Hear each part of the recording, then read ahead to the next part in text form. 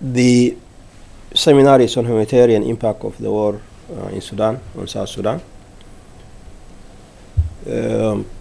Of course, we all know that since 2023, the war has been raging in Sudan. And this led to a very serious humanitarian situation with over 30 million people being displaced. The bulk of these are internally displaced, and around 3 million are refugees in neighboring countries. One of the destinations for the Sudanese is, of course, South Sudan.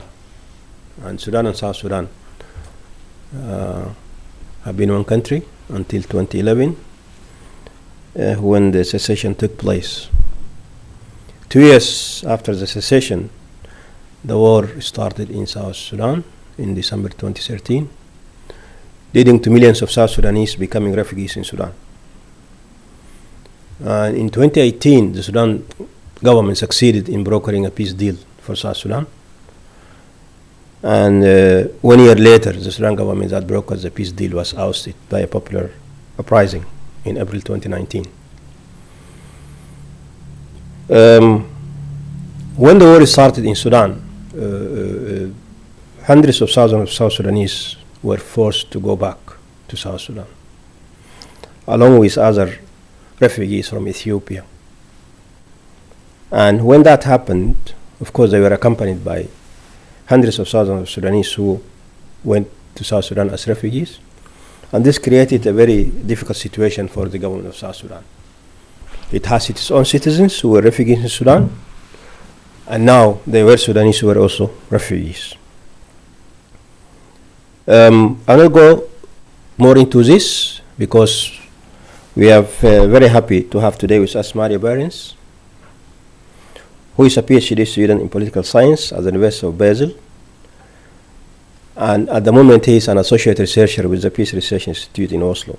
He is also an associate with the Swiss Peace. Before starting his PhD, Mario worked for different UN agencies, mainly in Geneva. Mario, we're very happy to have you with us today. The floor is yours. You have up to 30 minutes to make a presentation, and then we will open the floor for discussions and questions. Please.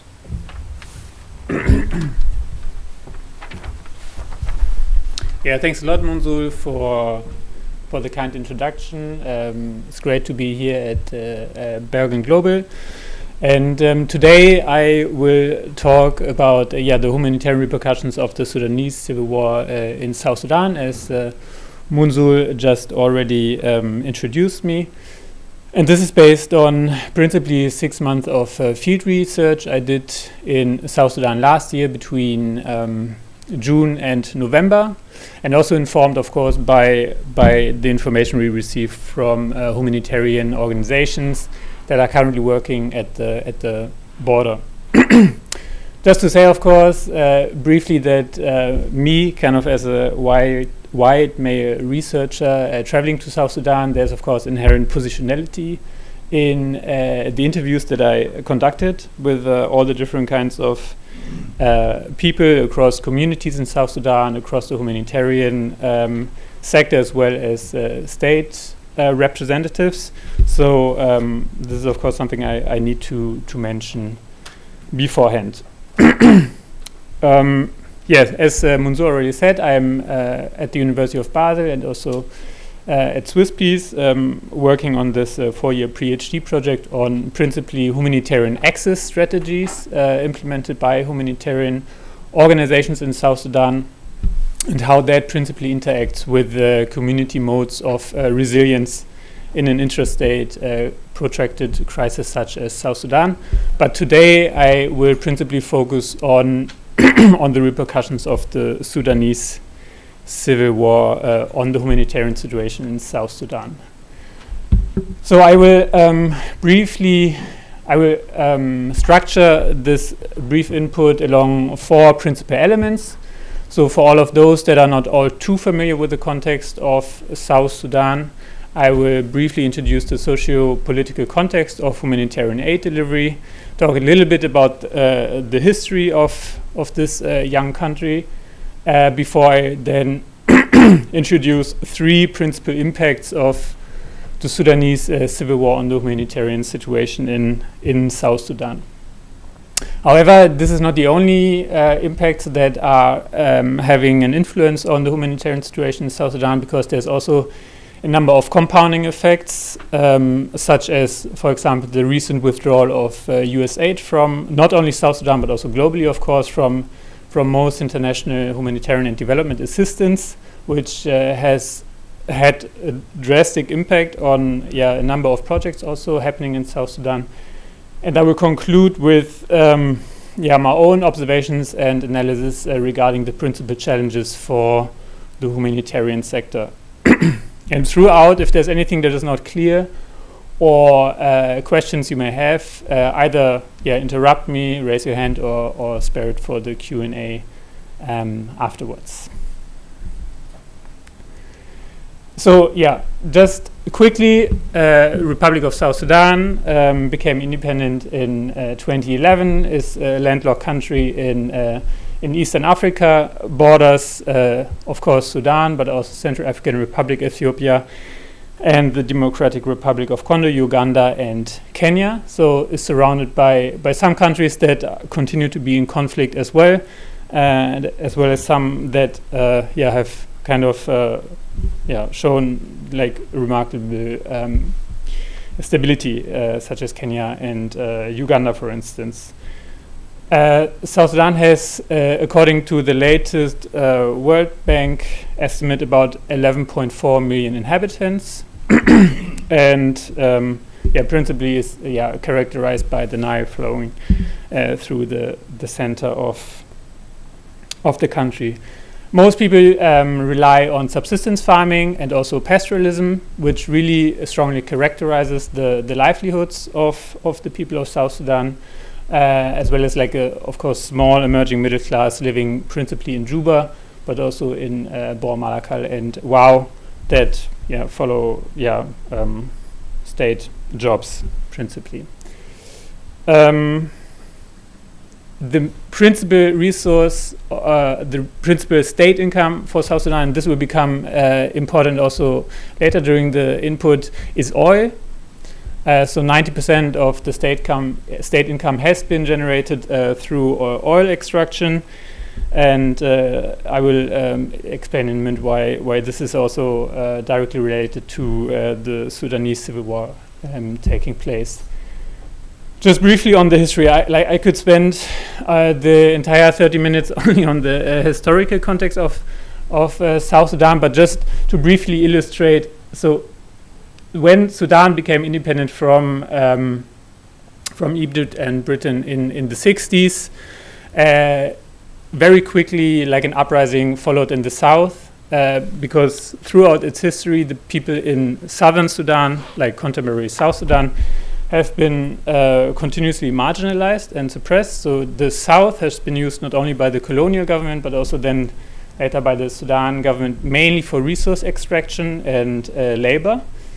And in 1983, basically the Sudan People Liberation Movement formed and kind of led the ensuing civil wars to get more political independence from the Sudanese government. During these two civil wars that lasted finally until 2005, when the Comprehensive Peace Agreement was signed between South Sudan, like the SPLM movement, and the government in Khartoum, one of the major humanitarian operations also took place in South Sudan, the Operation Lifeline Sudan, as it is often referred to, which really marks also one of the biggest humanitarian operations that took place at the time in a civil war context, where humanitarian aid really became already deeply embedded in the socioeconomic livelihoods of people living in South Sudan, because we have really two major famines that took place during these first two civil wars, where the international community then, for a number of different reasons, decided to provide principally food assistance across different enemy lines, which required a lot of negotiations with different parties to the conflict. But just to say that basically we have the first humanitarian operations taking place already quite early on, and humanitarian actors basically then stayed on until today, more or less. So when in July 2011 South Sudan declared independence, there was a lot of hope for the country that finally now there would be peace. But in 2013, already due to a rift in the SPLM between the two principal politicians, Riek Machar and Salva Kiir, the war led into another civil war and caused great humanitarian kind of havoc for the civilian population again. And since 2018, we have kind of this peace deal, but still ongoing violence at the subnational level, and different kind of factions that still fight over independence across. So what we can say is really there's this long history of unrest and insecurity, which has a strong impact on the daily lives of civilians. And then we have the outbreak of the civil war in Sudan in April 2023, and the fighting that broke out between the Sudanese armed forces and rapid support forces, first in Khartoum and then, as we all know, spreading quickly across the country, which would develop into pretty significant impacts also for South Sudan.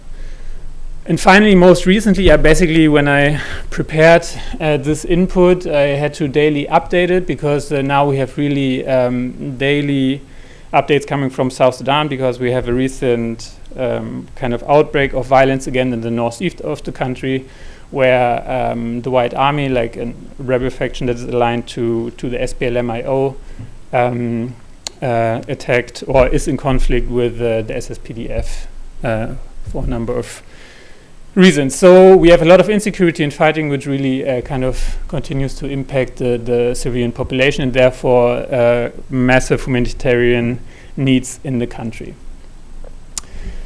That's why really aid and politics in South Sudan are deeply interwoven. So we have this principal rivalry between these two gentlemen, Salva Kiir and Riek Machar, that I just mentioned, and this fragile power sharing peace deal, which kind of enshrined this rivalry between these two men in a peace deal, which never really succeeded in really bringing peace to the country, because the rivalry was continued through proxy conflicts at the subnational level in various different instances. And South Sudan is often mentioned really as this classic example of a rentier state that does not depend on taxation for income, but on oil revenue, and therefore this accountability mechanism between the citizens of South Sudan and the income and government is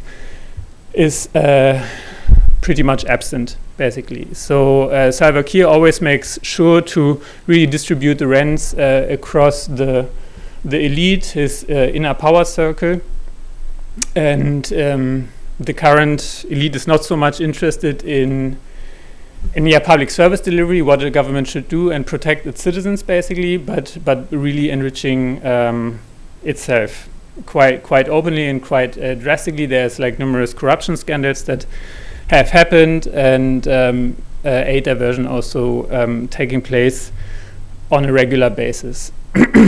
So at the same time, then we have like this massive humanitarian needs, and it's a classic dilemma, right? So the international community still decided to, of course, continue aid delivery, but over the decades it really has become deeply interwoven into the political economy of South Sudan, with also politicians at the local level and the state level trying to influence where aid goes and where it doesn't go, to also influence population movements. IDP camps and refugee sites are also really important sources of revenue, for example, as well as South Sudanese businessmen really deeply kind of benefiting from humanitarian compounds, the rents that humanitarian organizations have to pay for their staff being in Juba, etc. So there's really like a whole political economy that developed around aid delivery in South Sudan. So that's just to say that basically since its independence, the humanitarian situation has been continuously deteriorating. So what we see here is the IPC acute food insecurity and malnutrition index by the integrated food classification system, which is principally used by the largest humanitarian organizations such as the World Food Programme to prioritize where they deliver food aid. And we see that over the years the humanitarian situation has not improved but has really worsened. So until 2022, before the war in Sudan broke out, we have already 6.6 million people within South Sudan out of 11.4 million that are highly food insecure. So this IPC scale ranges from 1 to 5, and 3 to 5 are basically really catastrophic levels, which we see here on the map, like being basically orange, red, and dark red, which are instances of famine happening here in the east of the country. So already before the war in Sudan broke out, people were really not doing all too well. But at the same time, what I want to emphasize is that when I traveled to South Sudan and interviewed community representatives, still like people are really experts in surviving. Like they have over decades really developed highly sophisticated strategies to survive in a context of continued insecurity and violence. And this is something that kind of in this humanitarian lingo often gets forgotten, that people have really developed different strategies for resilience and are not like this passive agents that just rely on external assistance, but really make a daily effort to survive and to feed their families, actually. So when we now come to the impact of the Sudan war, I distinguish between 3 principal impacts. That is, for one, displacement, as Munzul already just mentioned. Then it's the rupture of oil exports, and it's the rupture of markets, principally along the South Sudanese border. So when we look at the displacement, we now have over 1 million people that have fled the violence in Sudan into South Sudan.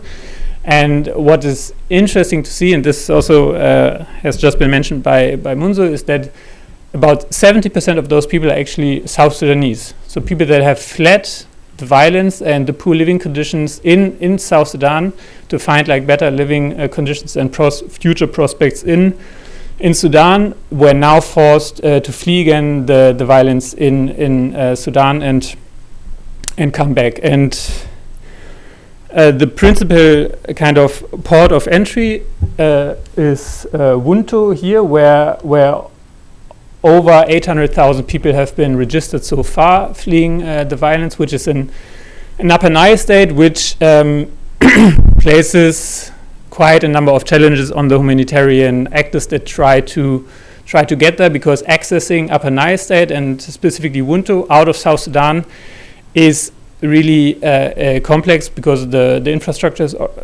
pretty bad in terms of roads. So a lot of agencies now think about doing airlifting, for example, to get like the minimum amount of aid to the people that are still stuck in the transit centers in the north of Upper Nile state.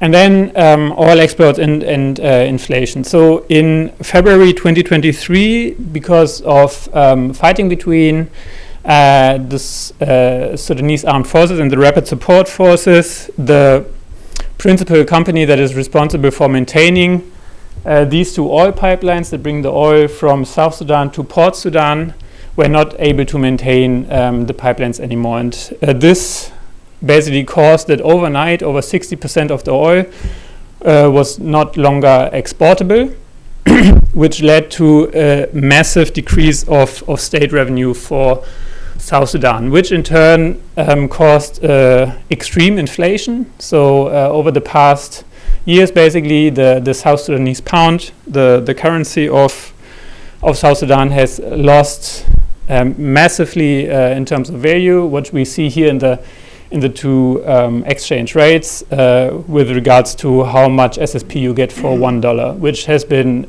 which stood before the oil pipeline was interrupted at about 1,000 SSP for $1 and is now around 5,000, which is really a massive inflation. And this has major effects not only on the prices of goods, of course.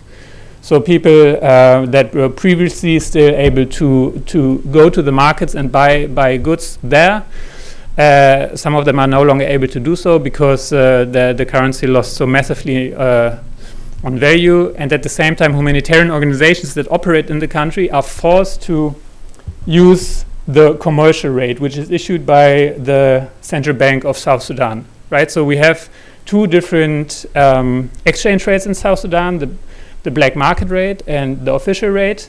But when, for example, a humanitarian organization which bases their income on US dollars changes these dollars according to the official rate, which is lower than the black market rate, then they get much less SSP for that. So they can only give out much less SSP in terms of cash assistance for people than to buy goods on the markets, while the markets use the parallel rate, so that further impedes kind of the situation.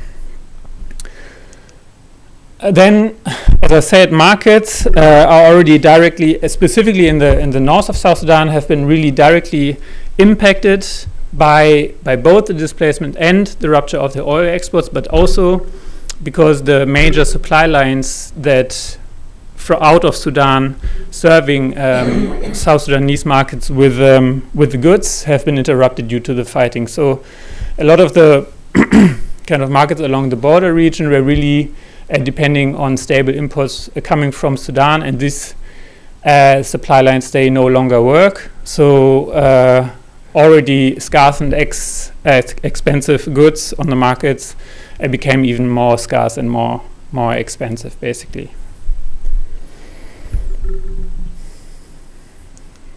So just to mention quickly a number of compounding effects. As I said already, with the election of President Donald Trump, it was decided that US aid would be kind of completely reduced or actually extinguished. And the US have had historically really a huge presence in South Sudan. This is really not to be underestimated. They were financing a majority of the food assistance, which was distributed by the World Food Program, but also a number of peace-building projects. When I, for example, visited Akobo, which is a town at the border with Ethiopia, you had a number of USAID peace-building programs that were really doing decades-long work to build to contribute to a reconciliation between warring communities in the area. And overnight, these NGOs basically had to shut down because they no longer got the money from USAID. So this had really massive ramifications at more conflict dynamics or community level effects. Going beyond the sheer absence of humanitarian assistance, basically that was no longer there. I mean, WFP right now said they still have enough food assistance for now, not to serve all people of South Sudan, of course, but to cover those at emergency and famine levels. At the same time, what I just mentioned already is also that we have like this renewed outbreak of fighting in Upper Nile State, where we already had a large displaced population coming out of Sudan. So this led to further displacement and compounded the humanitarian situation in the country further. And South Sudan is also one of the countries which is majorly affected by climate change, principally in the form of floods and droughts. So the Nile is recurrently overflowing, and which makes it extremely difficult to farm, basically. And often communities see that their entire seeds basically are destroyed by floods. So those that are actually able to farm, which not live like in active fighting situations, some of them really then have the difficulty of getting the food from what they were farming, basically. And at the same time, we have also increasing droughts with really record temperatures during the dry season. I mean, colleagues told me that during the last dry season, the temperatures rose up to 55 degrees in Juba, which is massive. So a number of additional compounding effects that have an additional impact on the humanitarian situation. So that's why now we are in this situation that I just introduced, with really a lot of people that are highly food insecure, and while external assistance is kind of limited. So what all of these challenges that I just introduced, basically they really make it quite complex for humanitarian organizations to operate in the country. And for example, when a large food agency is forced to reprioritize food aid because their funding has been slashed, and they really need to focus it on people with emergency kind of levels of food insecurity, then they need to withdraw food from communities which they have been previously serving. And this sometimes is it requires a lot of negotiation and interaction by humanitarian organizations with local communities to kind of explain that. This sometimes works and sometimes not, and this is really highly contingent on the expertise of the humanitarian personnel on the ground. So a lot of national staff that I met, they have expert knowledge of basically local power structures and hierarchies. They really know very well how to navigate these difficult situations. But some NGOs that are not as well equipped as some of the large NGOs really then face difficulties in explaining this kind of this lack of resources, and they have to reprioritize their operations to other places.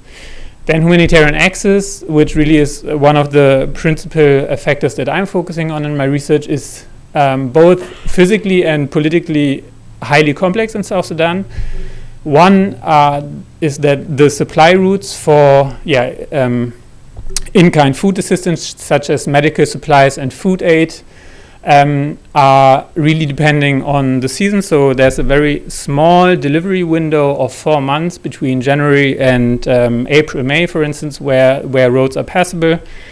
Here we were traveling between Pibor and Likwangole in the far east of the country, where we then had to kind of decide to abort our travels then and return to Pibor, because the roads were not in a state where we could actually continue the travel safely.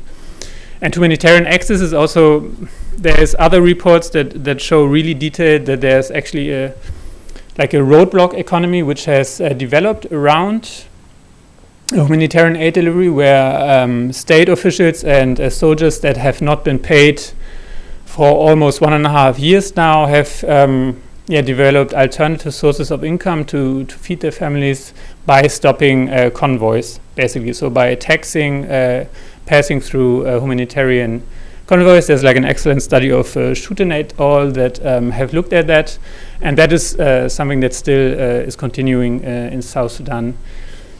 Now, and at the same time, humanitarian access is also highly political when it comes to infrastructure and service provision. So basically, where a good road is built in South Sudan and where it is not built really depends on local political allegiances and goodwill, basically out of the capital in Juba. So those governors that have a good relationship to the central government have been benefiting from good road infrastructure. But for example, in the east, where I've been traveling, good roads are basically absent. And this is not happening by accident, but it's really like a political calculus, basically.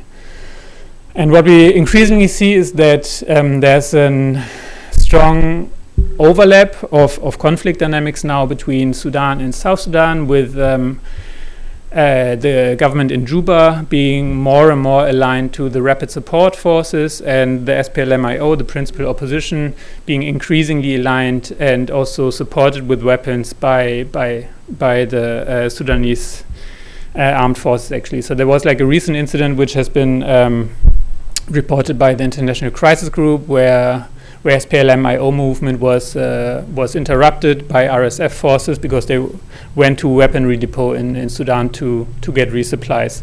So we see that there's really this increasing overlap. And at the same time, what is really like the principal dilemma, according to my view, in South Sudan is that, in the words of Sagato Ogata, former UNHCR director, is that there's no humanitarian solutions to humanitarian problems. We see that over decades of continued humanitarian assistance, both the government and the international community have not been able to improve the situation of the citizens of South Sudan. We see more the opposite, that it's getting worse and worse. And I don't have like the recipe for success to that, but it's really a dilemma where we see that the international community also kind of starts to lose interest in like a political sustained engagement in South Sudan, because it has not been working very well over the past decades, and reduces really the support to sheer humanitarian assistance, which cannot bring a political solution to the situation the country finds itself in. But at the same time, I mean, I now talked a lot about like negative things happening in South Sudan, but at the same time, when I was traveling across the country, I was really impressed by the strong solidarity between people. So communities really care for each other, despite all the violence happening.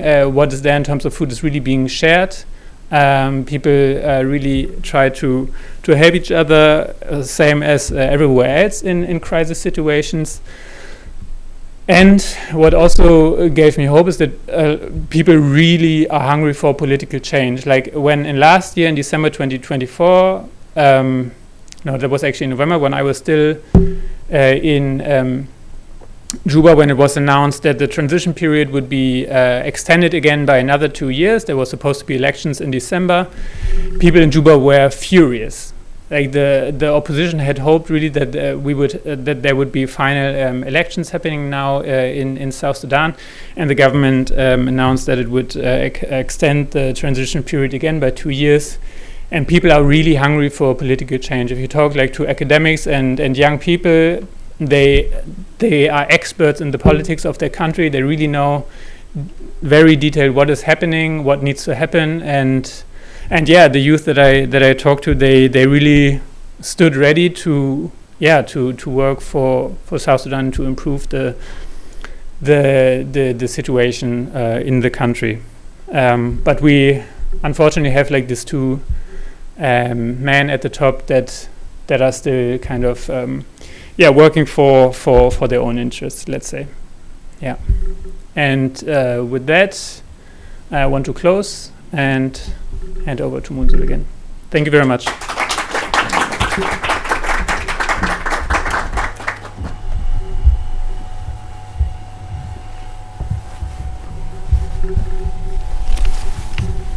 Thank you very much for this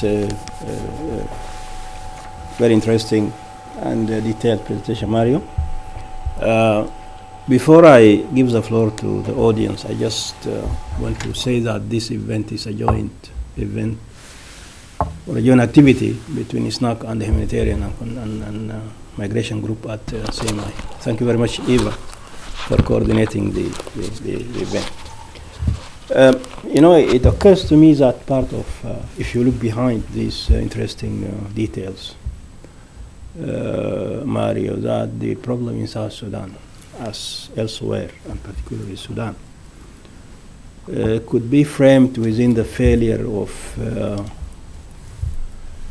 liberation movement leaders to transform themselves into statesmen. Mm-hmm. We have seen this in the case of South Sudan, which is quite obvious. Mm-hmm. We have also seen this in the case of Sudan. If we look at the different peace agreements that were signed between the central government and the rebel movement leaders, Mm-hmm. none of which worked. Yeah.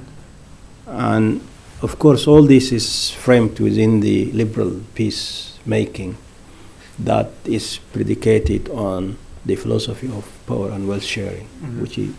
which to me needs to be reconsidered. That is just a comment, and we may think about it while we engage in questions and comments. Mario, now the floor is open. I see Louisa. Where's the mic?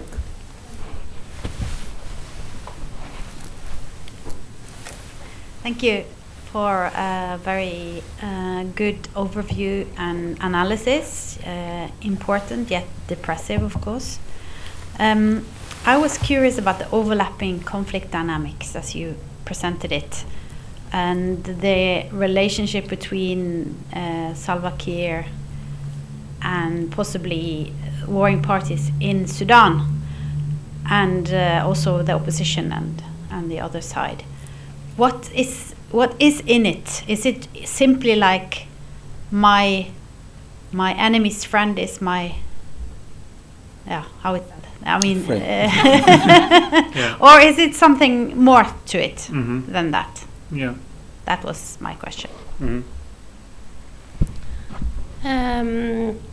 Thank you very much for, this was very informative, but as Louisa said, very depressing. My question is simple. So a lot of Sudanese would not use and would strongly object to the use of the civil war to describe the April War. Mm-hmm. So my question to you is why you use it, because, Yeah.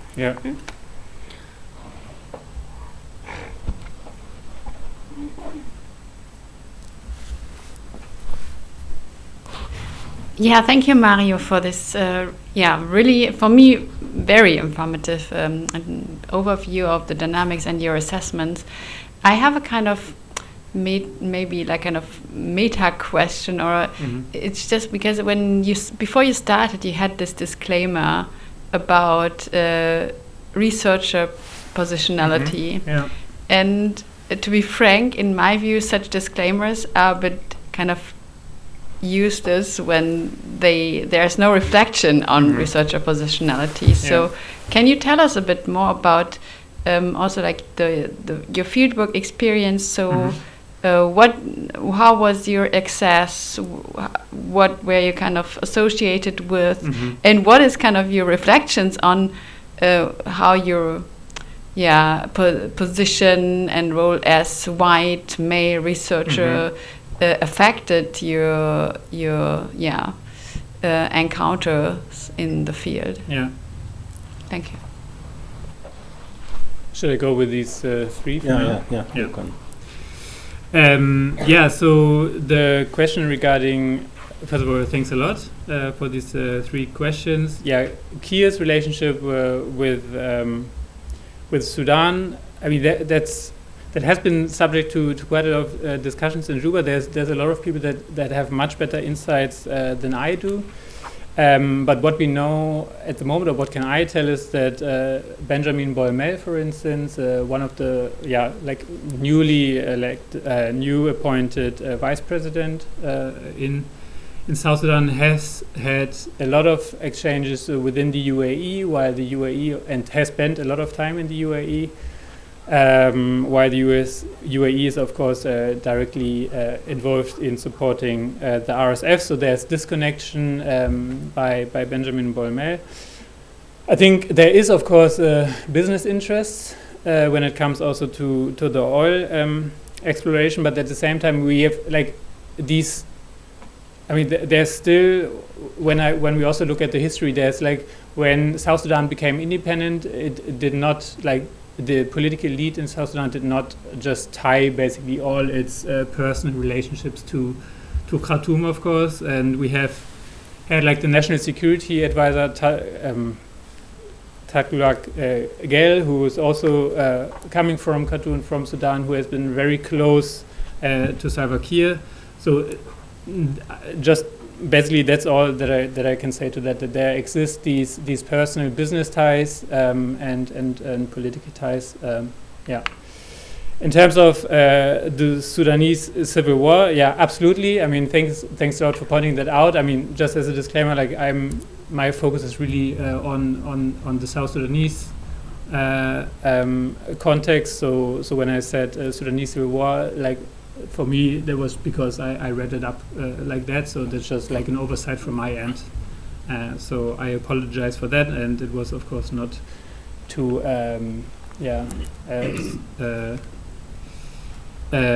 make any false claims. Yeah, but thanks a lot for pointing that out. And then in terms of positionality, yeah, absolutely. Thanks a lot for raising that.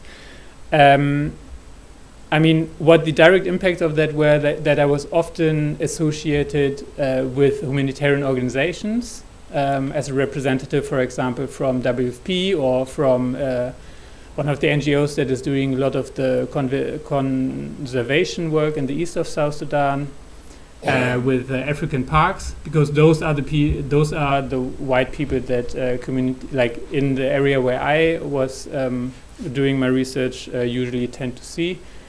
And in terms of the interview dynamics, there has always been this, or there was often a moment when I talked to people from communities in Jonglei and the GPAs that they were saying, yeah, like, for example, they were making specific demands of what they would need, because there was the hope, of course, that I, as someone coming from, like an extremely wealthy country, I would have the means and the connections to, for example, support at the building of a community center, etc. So there was, of course, that expectation. And for me, I tried to be as transparent as possible in that discussions, where I said, like, I'm just a young researcher who has not, of course, objective is to understand the situation a little bit better and then try to shed some light on very local experiences of people in South Sudan that maybe are not as visible as the major humanitarian reports that externals get to read. So this was kind of my objective to learn from the experiences of the people and to understand how they see the humanitarian aid delivery happening around them. And a lot of people told me, like we do not need just humanitarian aid delivery, but we really need political change. And but in terms of my own research experience, I was extremely lucky, I would say, and also benefited, of course, from my own access. I mean, I was able to use the UNHAS flights in order to get to these locations that are difficult to access from Juba. And then, of course, and this is something maybe I should have mentioned up front, is that I worked when I was in Piba, Kobo, and Bor with research collaborators that were coming from these towns, and without them the research would have been completely impossible. So they really had the networks, they knew the people that they thought would be interesting for me to talk to. So I had a lot of interaction with the research collaborators within these three towns, which made this research actually possible. So that's something that I was super lucky to meet those individuals actually, and because otherwise building this trust relationship with people over time, as someone who's coming from externally from Switzerland and thinks, now I do some interviews, that's of course not possible, but you need to have the like people from within the communities that have a good knowledge and that have like personal ties to the places. So that's absolutely important, I would say. Yeah. Additional comments or questions? Rosa? Thank you so much. This is very informative. I was wondering, you said that there's a strong sense of solidarity. Mm-hmm. And does this solidarity extend also to the Sudanese refugees? Yeah, I think I also have one question, and this is regarding humanitarian governance. Mm-hmm. Where is that? Given what's happening, of course, you have the South Sudan government, you have UN agencies, you have international NGOs, you have local CBOs, you have local communities where all this happens. Mhm. How do you look at this governance structure, who is doing what, who is affecting what, and what's happening? Mhm.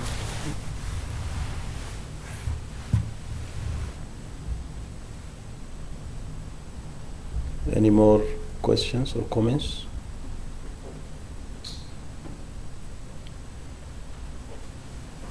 Okay, yeah. So in terms of solidarity, there I can speak to the experiences and the interviews that I conducted, where I talked to people principally in Akobo and Bor, where they've been reporting that, of course, they see a lot of South Sudanese returnees now coming back into their communities, and there. They said, like, what we have, we share, as I said, but there was, in my interviews, there was no mention of the Sudanese refugees, so I cannot respond to that, just because I've been not traveling like far in Upper Nile and really along the border regions, so this is something that people did not mention during the interviews, yeah. What we see in reports, of course, this is filtered through UNHCR and IOM, where they always mention, where local humanitarian staff mention that communities have been extremely generous in what they have in terms of what sharing with incoming returnees and refugees from Sudan, but that there's really, at some point, there's a breaking point to be reached, right? I mean, when there's nothing left to be shared, when people then really rely on in-kind humanitarian food assistance and medical supplies, then it gets difficult, of course. Yeah. Then in terms of humanitarian governance, I mean, governance, that's quite interesting, right? Because due to the long presence of humanitarian external humanitarian actors in Sudan and South Sudan. State authorities at both the national and the local level have really developed this strong expertise, like they have specific institutions, for example, the RRC, the Relief and Recoordination Council, that kind of is structured from the national down to the community level, which oversees basically all humanitarian aid assistance. And there is, of course, in several instances, what has been principally reported by some of the representatives from humanitarian organizations, of course, a strong interest in terms of influencing not only where aid goes and goes not, but also to recruitment patterns. This is something that is often been mentioned, where people have a strong interest in placing people in humanitarian organizations, because humanitarian organizations tend to be one of the few organizations that pay salaries in South Sudan specifically. So getting a job within a humanitarian organization is of huge benefit, not only for the individual that gets the job, but supports a whole family network. So there's not only one person that eats from the salary, but there's a whole family that stands behind and which kind of benefits from this humanitarian salary. And I would say that in some instances there's a bit of how do I describe that, but humanitarian, because how the humanitarian structure evolved over the past decades, that we have this really strong fortification and compoundification of aid, right, where a lot of expatriate humanitarian staff, they spend most of their time in offices and compounds and maybe get to travel outside for a field visit, but often they are not as much in touch with the daily living conditions of the communities that in the end should benefit from the humanitarian assistance, but really see the situation of the country mostly out of this Juba bubble, so which is filtered by informal conversations, of course, with state authorities. So in terms of what knowledge specific humanitarian staff has, really depends on their own kind of access to independent reporting and knowledge. Thank you. Additional comments, questions?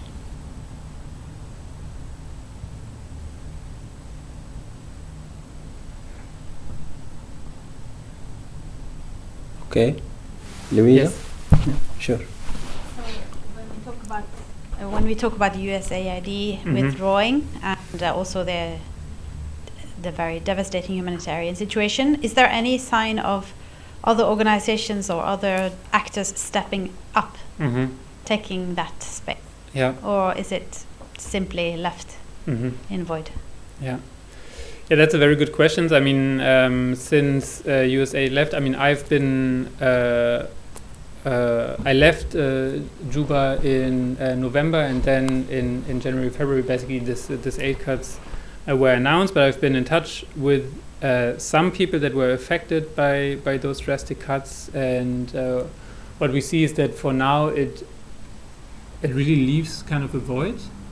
So we have reports of people that cannot access cholera medicine, for example, because there has so far not been the capacity of other organizations to stepping in, and because also these cuts were so rapidly announced. I mean, logistical supply chains, they are sometimes agile, but they are not as so agile as to, like, from one day to another to redirect basically supplies from one donor to another. And I mean, what we see is, of course, Norway continues to be engaged in South Sudan. It has always been, historically, also been highly engaged in the country, and continues to do so. They've announced that they have stepped up their humanitarian assistance actually recently. So this is actually, I think, one of the positive signs. But we see also other embassies closing down in Juba and leaving the country. Sweden has closed their offices in Juba. And this is, of course, due to also the recent changes in government in these respective countries. So, and then, of course, what commentators tend to say is then this void may be filled by China or other donors, but in a slightly different manner, let's say. Yeah. Liv? Should I go first? Yeah, go for it. I have maybe like a theoretical question from a kind of IR perspective, because I'm interested in what would you say about the state of sovereignty of the South Sudanese state? Because I mean, you described the state or the political system as a kind of rentier state, which is a kind of a very old political science concept. Yeah. But then you also mentioned that, like, effectively, kind of there's not much kind of service delivery or at all by the state, but this is kind of assumed by the humanitarian, like, international sector. And so there are these concepts of internationalization of authority of rule. So how would you describe this as a political system, especially also given that, I mean, as far as I know, so I'm not an expert, but that the whole kind of also, like, kind of bringing this country into existence, into independence, was quite heavily also driven by international actors. Yeah, absolutely. Yeah. So how would you describe the kind of the state of sovereignty of the Sudanese state in relation to this international or transnational dynamics? Yeah. Thank you. My question is not directly to your presentation. It's kind of a bit following up from Louisa, and I'm just wondering how I mean, the U.S. and South Sudan have had very, like, good relationship, but now we have Trump. So how do you see that relationship developing under Trump? Yeah. Any last questions, comments? Thank you very much for your fascinating presentation. I have a question about the two political rivals that you mentioned who are competing for power. Yeah. How do they harness political support from the people? Is political allegiance in South Sudan based on ethnic lines or tribal affiliation? And related to that, what is the religious and ethnic makeup of the population of South Sudan? Yeah. Thanks.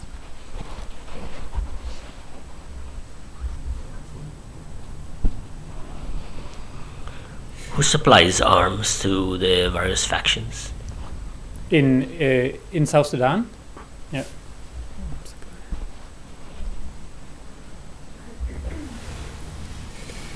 Yes. So on the first question, state of sovereignty. Yeah, I mean, I think the state building project, as you pointed out, was heavily driven by the US, and there was this vision of building like a democratic South Sudanese state. However, like within the SPLM, John Garang, back then leader of the SPLM, had a different vision actually for South Sudan. He envisioned, he was not, like as far as I can tell, he was not as convinced as, for example, Salva Kiir of the usefulness of having an independent South Sudanese state, but like an independent entity, however, with still ongoing good relationships with Khartoum. And when John Garang died then in a helicopter crash, and Kiir was told to take over the leadership of the SPLM, he pushed forward this independence project, then supported basically by the international community and by the UN. And I would say at the moment, I mean, also deeply related to the generation of revenue of oil. I mean, we have several countries that are deeply involved in the resource extraction. I mean, there was recently the Lundin trial, of course, so Scandinavian kind of influence taking, but then also the UAE and also China that really benefit from the oil resources. So I would say that, and when you talk to people in South Sudan, I mean, that was super interesting, because they were saying like, we do not see anything from this government, like all we see from this government. I mean, so basically when I say there's a lack of service delivery, I do not say that also based on interviews with humanitarian actors, but also based with interviews with communities where they were saying, okay, like this government has not been giving us anything so far.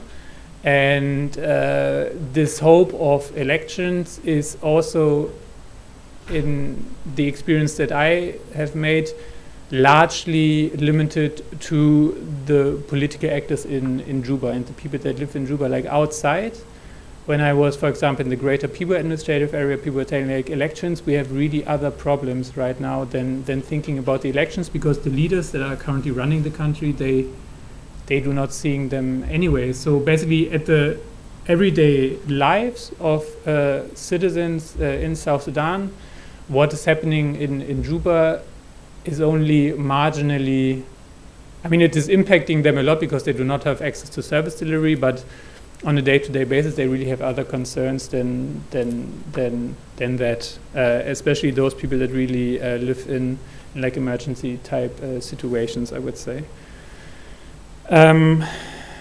Then US South Sudan relationships, they have not been well. I mean, for example, when during this entire episode of Elon Musk announcing all kinds of cuts, the US embassy was closed, and staff for a few days did not know where to get their supplies because the finances were cut. So there was a lot of confusion about that. But overall, what we've now also been seeing is that a number of South Sudanese citizens that have been residing in the US have been deported from the US.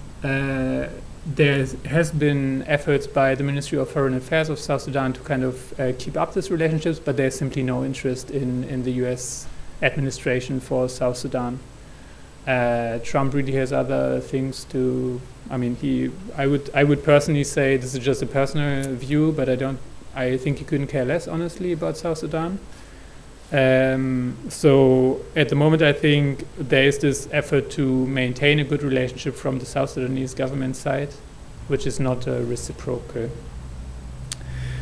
And how do Riek Machar and Salva Kiir? I mean, these are only the two most prominent political figures, right? We have a number of other leaders that have kind of their own kind of armed militia, and also people that like, such as Cirillo, that are still also fighting and pursuing their own projects in South Sudan. And what has happened specifically during this period of of war within South Sudan after the independence, that there was really a strong instrumentalization of ethnicity. So Salva Kiir being member of the Dinka and Riek Machar being member of the Nuer have really played out this ethnicity card at the local level and really made an effort to motivate people to conduct basically war crimes during this civil wars, and ethnicity really has played the principal role there.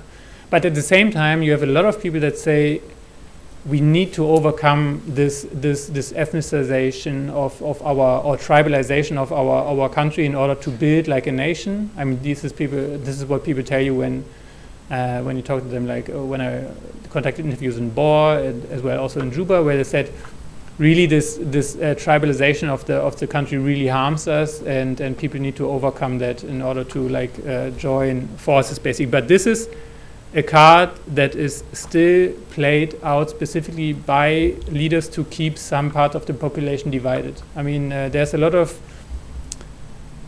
anecdotes where people tell you, like Dinka from Baal Ghazal are kind of afraid that the Dinka population in Jonglei, for example, unites with the Nuer population and the Murle, kind of to form like a strong entity. So this ethnicity card is continuously being played out to divide and rule. Absolutely. And arms supply, very good question. I mean, there's an official UN arms embargo on South Sudan, which is about to be probably renewed in May, I think, in the next Security Council meeting. But when I was traveling across the country, you see a lot of AK-40. I mean, this proliferation of small arms is extreme within communities, like within the towns. People do not carry AK-47s openly now, but like when you travel outside, this is highly prominent, and people are very well armed. I would say that's also like a coping mechanism. I mean, people defend themselves because there's no central monopoly of power, right? So the state is not able to guarantee safety. So and these, I mean, South Sudanese citizens have been armed specifically during the civil wars by the different political elites in Juba to use them like as ethnic militias, such as the White Army being one of the most prominent ones around Akobo. But I cannot tell you where these arms are coming from, because it's also when I raise these questions, people just smile at you. And this is something that people would not openly report on. At least they would not confide it to me. Yeah, and that's even worse in the case of Sudan, when it comes to proliferation of arms. Thank you very much, Mario. Thank you. This has been a very informative seminar, and we have learned a lot about the entanglement between Sudan and South Sudan. And it's an irony that, as I said at the beginning, that in 2018, the Sudan government succeeded to broker a peace deal for South Sudanese rivals. And in 2020, South Sudan's government also succeeded in brokering a deal for the Sudan government between the rebels and the government after the ousting of Bashir. And I think these two countries will continue to be entangled, for good or bad. We just hope for the best for the two nations. Thank you very much. No, thank you very much.